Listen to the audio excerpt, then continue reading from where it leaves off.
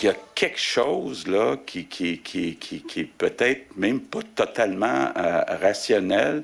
Il y a quelque chose là, on sent là vraiment une immense vague d'amour puis de tristesse. Puis j'ai rarement vu ça. Je me souviens pas d'avoir vu ça au Québec. Emmanuel Latraverse, Mario Dumont et Paul Larocque qui sont avec nous. Je commence avec toi, Mario, parce que je sais, en fait, j'ai appris hier que tu étais un très grand fan des Cowboys fringants. Es-tu d'accord avec ce que vient de dire M. Legault? Ben oui, d'accord. On la sent, là, la vague d'amour. Je pense qu'il y a plusieurs raisons. Je pense que là, tu sens un groupe qui a touché le cœur des gens. Je pense aussi qu'il y a quelque chose de générationnel. Il y a toute une génération qui perd son premier héros. La plupart du temps, quand des gens décèdent âgés, les jeunes de 20 ans, 25 ans, 30 ans vont dire « Ah oui, lui ou elle, mon grand-père, ma grand-mère l'ont écouté, sont allés à ses concerts, ont écouté ses films, ou sont allés à ses matchs de hockey, voir jouer Maurice Richard ou Guy Lafleur. » Mais là, c'est toutes les générations, c'est tout le monde, c'est la génération active, les jeunes d'aujourd'hui. Donc, ça crée dans la société un mouvement qui est particulier. Je pense que le premier ministre a bien senti. Là. Paul?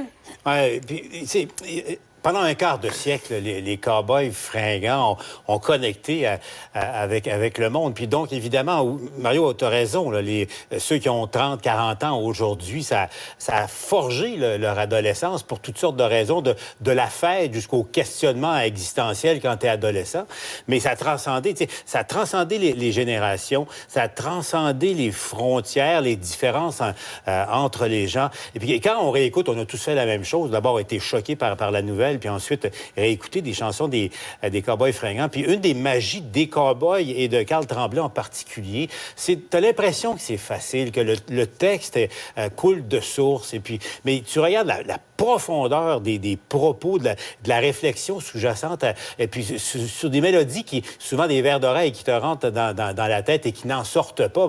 Mario, moi, tu sais, le Chac à Hector, hier, je t'écoutais parler, puis tu sais, c'est un exemple. Mais toutes les autres chansons des Cowboys, c'est typiquement québécois, mais en même temps universel. Emmanuel, as-tu été étonné de voir autant d'amour aujourd'hui à l'endroit du groupe de Carl Tremblay? Bien, c'est sûr qu'on est toujours surpris quand on voit une déferlante de cette ampleur-là, je pense. Mais en même temps, moi, je crois que ça s'explique très bien, puis Mario l'évoquait. La réalité, c'est que les autres grands héros qu'on a perdus dans les dernières années, c'était des personnes plus âgées, d'une autre génération. Si je pense à Guy Lafleur, Jean Lapointe. La population active, celle qui est sur les réseaux sociaux, celle qui appelle dans nos émissions, qui nous écrit, c'est pas ces héros. Alors que Carl Tremblay, c'est le héros de notre génération. C'est un premier baiser, une première peine d'amour, une première brosse, un premier party, une première remise en question. Tout le monde, parents et leurs jeunes adultes, ados, ont un souvenir qui est propre aux années les plus fortes de sa vie associées à ce groupe-là. Et c'est ce pourquoi, je pense, on est témoin de quelque chose d'aussi fort et d'aussi inédit. Funérailles nationales. Oui, Paul, tu voulais ajouter? J'allais dire parce que j'écoutais Emmanuel, puis c'est vrai. Là, je réalise une chose parce que mes cheveux gris en témoignent. La dernière fois que j'ai senti une connexion puis une peine universelle comme ça au Québec, là, chaque chose étant égale, je pense que c'est au décès de René Lévesque, qui avait marqué lui aussi sa génération, mais qui aussi pour les jeunes était un symbole. Et puis, je pense qu'on revient à peu près à la même intensité aujourd'hui avec le départ de Carl Tremblay. D'accord avec ça, Mario? Ouais, mais c'est toujours différent. Là. Les héros sportifs, c'est comme... c'est la fierté. Ils nous rappellent des moments, des victoires. Là, c'est la chanson. La chanson, c'est autre chose. Emmanuel l'a bien dit, la chanson... Tu vas pas regarder une vieille game de hockey pour voir un but de Guy Lafleur quand t'es en peine d'amour. Donc, la chanson vient te supporter, vient t'accompagner dans des moments, dans des circonstances de vie. Donc, il y a vraiment des souvenirs qui sont associés à ça, mais c'est profond. Donc, c'est pour ça que quelqu'un qui écrit une chanson qui traverse l'histoire, ne serait-ce que dans sa carrière, d'en écrire ou d'en interpréter ou d'être un groupe ou un individu qui a porté une chanson, dans l'histoire d'un peuple, c'est énorme. Mais là, les Cowboys fringants, c'est pas une, là, c'est 10, 12, 15, là, des chansons marquantes. Donc, on s'en rend compte, on en prend conscience. C'est un énorme héritage là, que ce groupe-là va laisser. Puis bon, le groupe va peut-être encore exister sans Carl Tremblay, on sait pas trop. Mais les chansons, elles sont éternelles. Là. Et l'autre chose qui est remarquable aussi, je sais pas, vous avez vu, moi, je regardais en France un peu les réactions, pas tellement dans les grands médias, mais les Cowboys fringants avaient des admirateurs en France. Ils ont rempli des stades, ils ont rempli des salles de 5000 personnes. Et puis, je soupçonne que les Français ne devaient pas nécessairement comprendre toutes les paroles de leur texte, mais comprenaient l'esprit. Et puis, il y avait pratiquement un culte pour les Cowboys. Puis, ils sont restés eux-mêmes. T'sais, en France, l'accent de Carl Tremblay, puis la musique des Cowboys est restée la même en France qu'ici au Québec. C'est ce que je te disais, Julie, c'est profondément et typiquement québécois, mais en même temps, il incarnait, il démontrait que tu peux être ce que tu es, puis c'est universel. Oui, et de prendre des bouteilles de phare dans le chac à Hector aussi. On a entendu aujourd'hui le ministre Bernard Drinville, peut-être pas là où on l'attendait. On va l'entendre dans un instant. Et M. Legault aussi qui s'est permis de reprendre quelques paroles de Toune d'automne. Comment ça va, ma petite sœur? T'as-tu retrouvé le bonheur? Je suis content que tu reviennes. Je suis content que tu reviennes, t'arrives en même temps que l'automne. C'est que ça m'a fait ben de la peine de te voir partir, ma mignonne.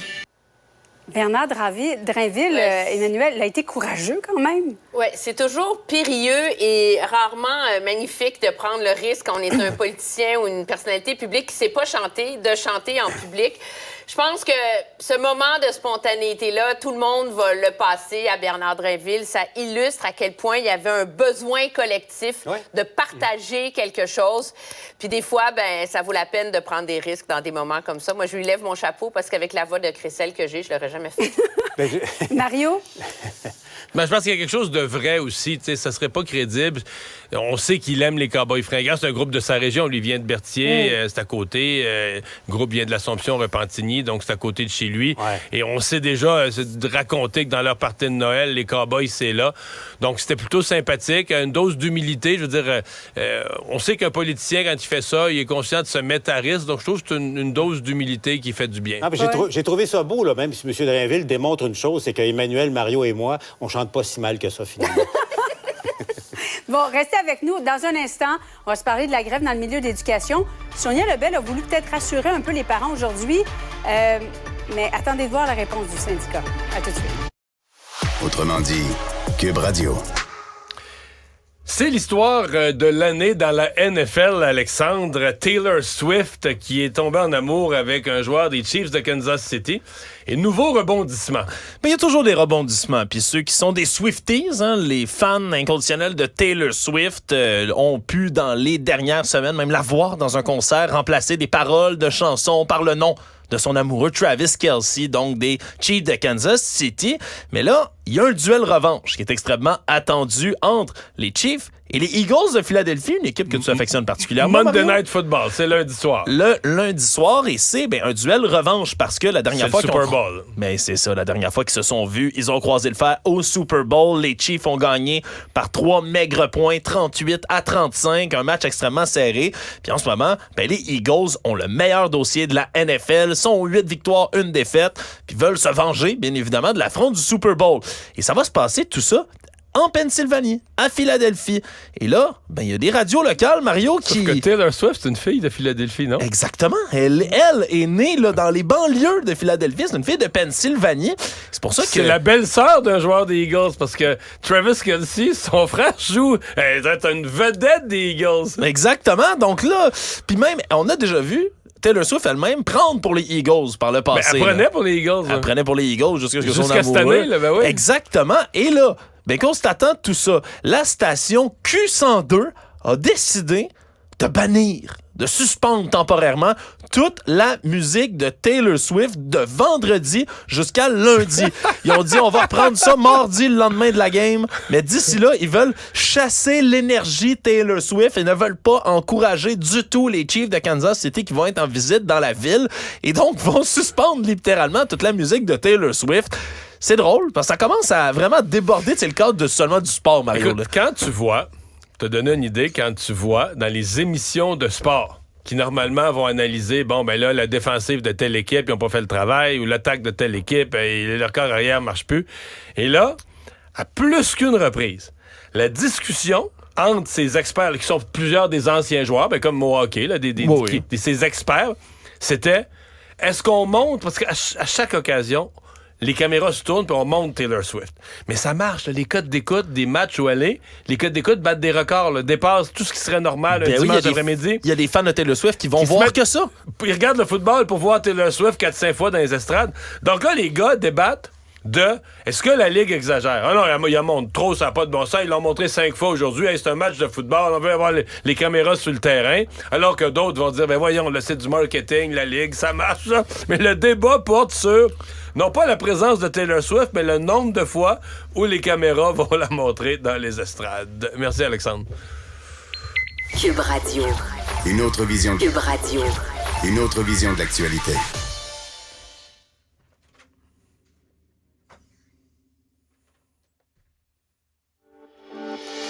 Alors, la présidente du Conseil du Trésor, Sonia Lebel, qui a publié ceci plus tôt aujourd'hui, nous sommes très conscients des impacts qui pourraient découler d'une grève générale illimitée. Toutefois, je veux assurer aux parents qu'il y a toujours un travail colossal qui se fait à l'heure actuelle aux tables de négociation. La réponse de la CSQ, avec la même facture visuelle, nous ne sommes pas vraiment conscients des impacts qui pourraient découler d'une grève générale illimitée, puisque nous avons refusé de nouvelles dates proposées par les syndicats pour les tables, les rencontres aux tables de négociation. Emmanuel, qu'est-ce que tu penses de la réponse de la CSQ? Je pense que c'est de bonne guerre, mais dans un bras de fer qui prend des allures de dialogue de sourds où tout le monde semble davantage préoccupé par le fait de gagner sa bataille de l'opinion publique, faire la preuve qu'il a raison, que le jusqu'au-boutisme est nécessaire. La réalité, puis moi, ce que je trouve tragique là-dedans, c'est que... C'est des élèves qui pèsent dans la balance et c'est comme si on a l'impression là, que tout d'un coup, il faut gagner. Puis on s'est tellement pompé de part et d'autre à se convaincre depuis un an qu'on allait aller en grève, qu'il fallait aller en grève, que c'est comme si on savait plus comment trouver une façon de dialoguer et de trouver des compromis.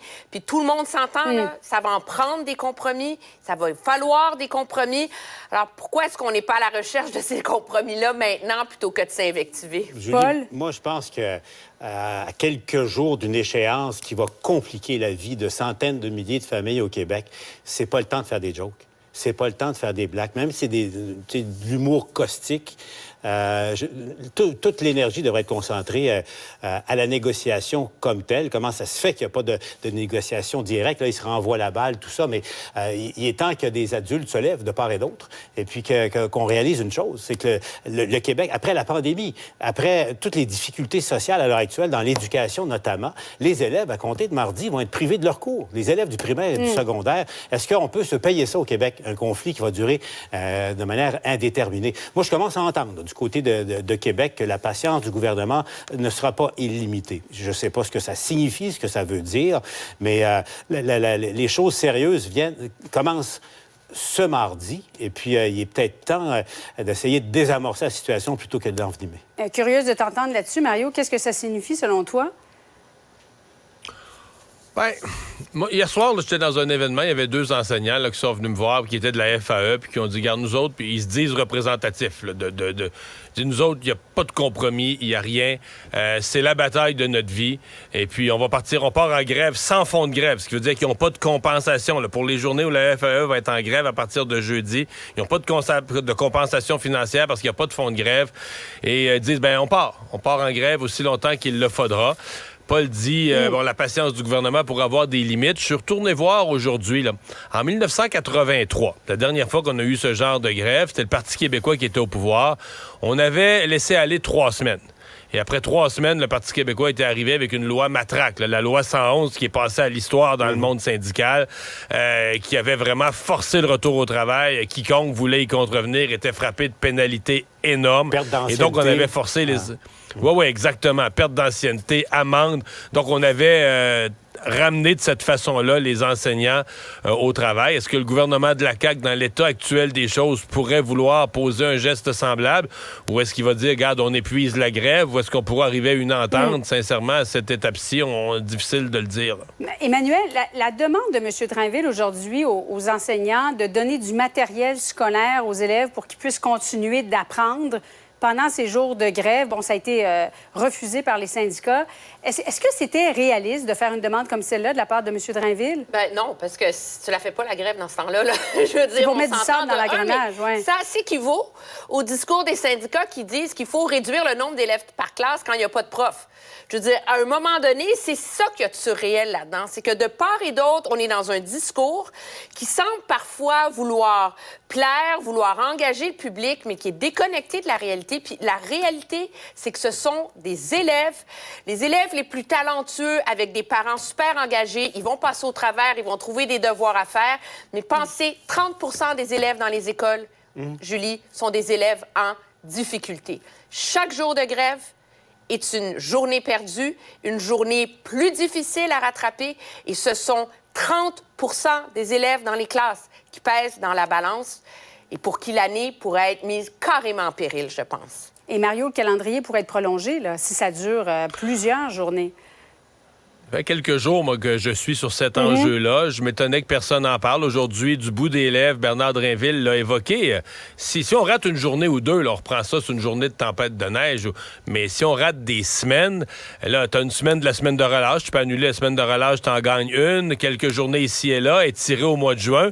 Mais il faut avoir un nombre des élèves en difficulté dont il parlait Emmanuel. Ça prend un nombre de jours là, pour compléter les apprentissages puis réussir son année. Emmanuel Latraverse, Mario Dumont, Paul Larocque, merci à vous trois. Bonne soirée. Cube Radio. Une autre vision de l'actualité. Un gros merci d'avoir été des nôtres. C'est toujours un plaisir de vous accompagner en information, d'essayer de vous décortiquer ces journées en information. On vous retrouve demain 15h30 pour la dernière de la semaine. C'était